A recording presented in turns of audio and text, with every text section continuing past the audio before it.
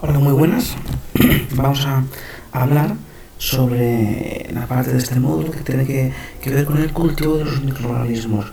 El cultivo de los microorganismos es una de las partes de la microbiología que más ha evolucionado, que más se ha desarrollado en los últimos años.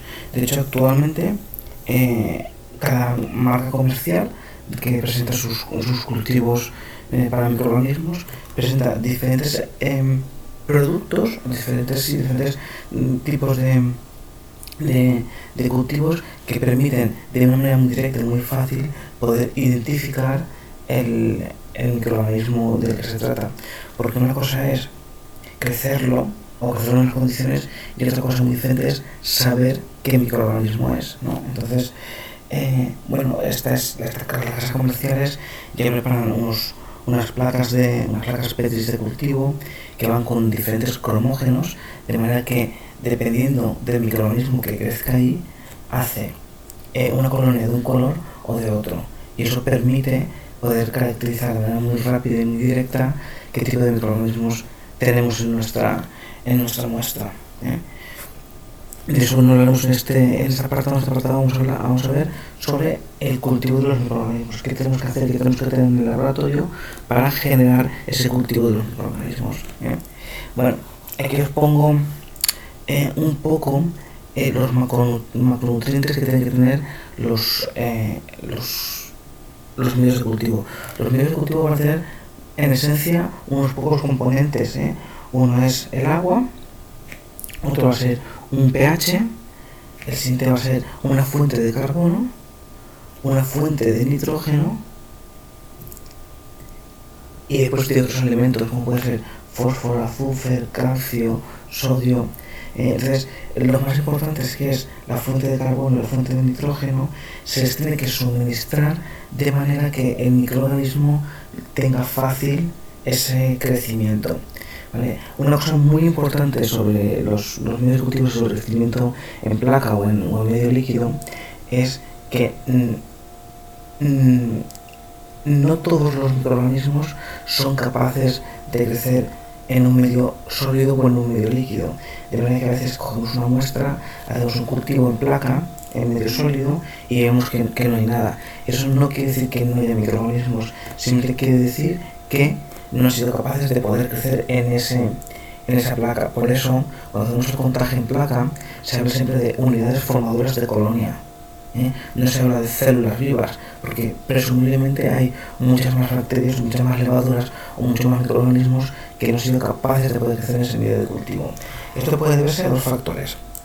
O bien porque las fuentes de carbono y de nitrógeno no han sido aportadas de manera que tenga fácil la absorción por parte del microorganismo, es decir, que tengamos que cambiar de fuentes de carbono y de nitrógeno para que puedan crecer, o bien que debido a factores fisiológicos, aunque esa fuente de carbono, esa fuente de nitrógeno y el resto de componentes sea correcta para el microorganismo, estos no son capaces de desarrollarse por cuestiones fisiológicas, por ejemplo, porque estén en forma de espora, o porque estén en una fase de latencia que les cuesta mucho hacer el crecimiento.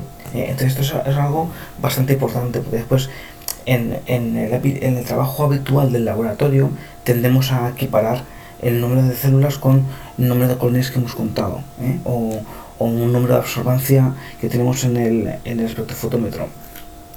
Y decir que esto no es siempre correlativo, o que casi nunca va a ser correlativo. Por eso se habla de unidades formadoras de colonia, no como células individuales, sino como una entidad que sea capaz de formar una colonia. Bueno, en cuanto a los cultivos para microorganismos, pues se clasifican en tres tipos: en cultivos de enriquecimiento, cultivos de mantenimiento y cultivos para el aislamiento. Ahora vamos a ir viendo las características de cada uno de ellos. En reglas generales, en los cultivos para el enriquecimiento lo que consisten es que favorecemos el crecimiento de un tipo de microorganismos. De manera que si tenemos un pool de microorganismos y queremos seleccionar o queremos detectar 2 o 3 en concreto, ponemos esa muestra en cultivo con un medio que favorece su crecimiento, ¿vale? Los cultivos de mantenimiento lo que van a pretender es crecer crecer un determinado microorganismo, crecer y mantener un microorganismo en varias generaciones. Y por otro lado tenemos los cultivos para el aislamiento, que son cultivos que permiten aislar e identificar qué tipo de microorganismo estamos trabajando. Por ejemplo, si queremos aislar microorganismos que sean capaces, que sean intestinales, pues utilizamos un medio de cultivo que tiene esas sales biliares, de manera que ese microorganismo puede crecer en ese medio, es porque está adaptado a crecer y a estar dentro de ese aparato intestinal. Los microorganismos que no crezcan no quiere decir que no estén presentes en la muestra, simplemente es que no han sido capaces de crecer en ese medio de cultivo. De manera que de esta manera estamos aislando, mediante un cultivo diferencial, estamos aislando un tipo de microorganismos, en este caso los microorganismos intestinales. Ahora iremos viendo. Los cultivos para enriquecimiento. Se trata de un medio de cultivo que va a favorecer o que va a potenciar el crecimiento de algunos microorganismos, ¿vale? Aquí como supuesto, que tiene que tener pues, esa fuente de carbono, esa fuente de pH, esa fuente de nitrógeno, ¿vale? Entonces, ¿qué características tiene este medio? ¿Qué cosas a favor tiene este tipo de cultivos? Las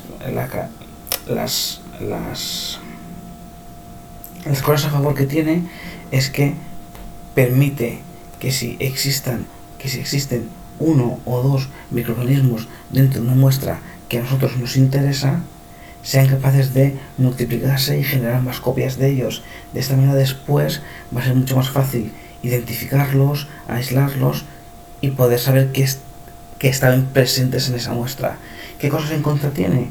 La cosa en contra que tiene es que una vez hemos pasado la muestra por un medio de enriquecimiento, no podemos cuantificar cuántos microorganismos habían originalmente en la muestra. ¿Por qué? Porque hemos pasado por una fase de multiplicación de esos microorganismos. Entonces, los medios de enriquecimiento, posteriormente, lo único que nos van a permitir es saber si había presencia o ausencia, ¿vale?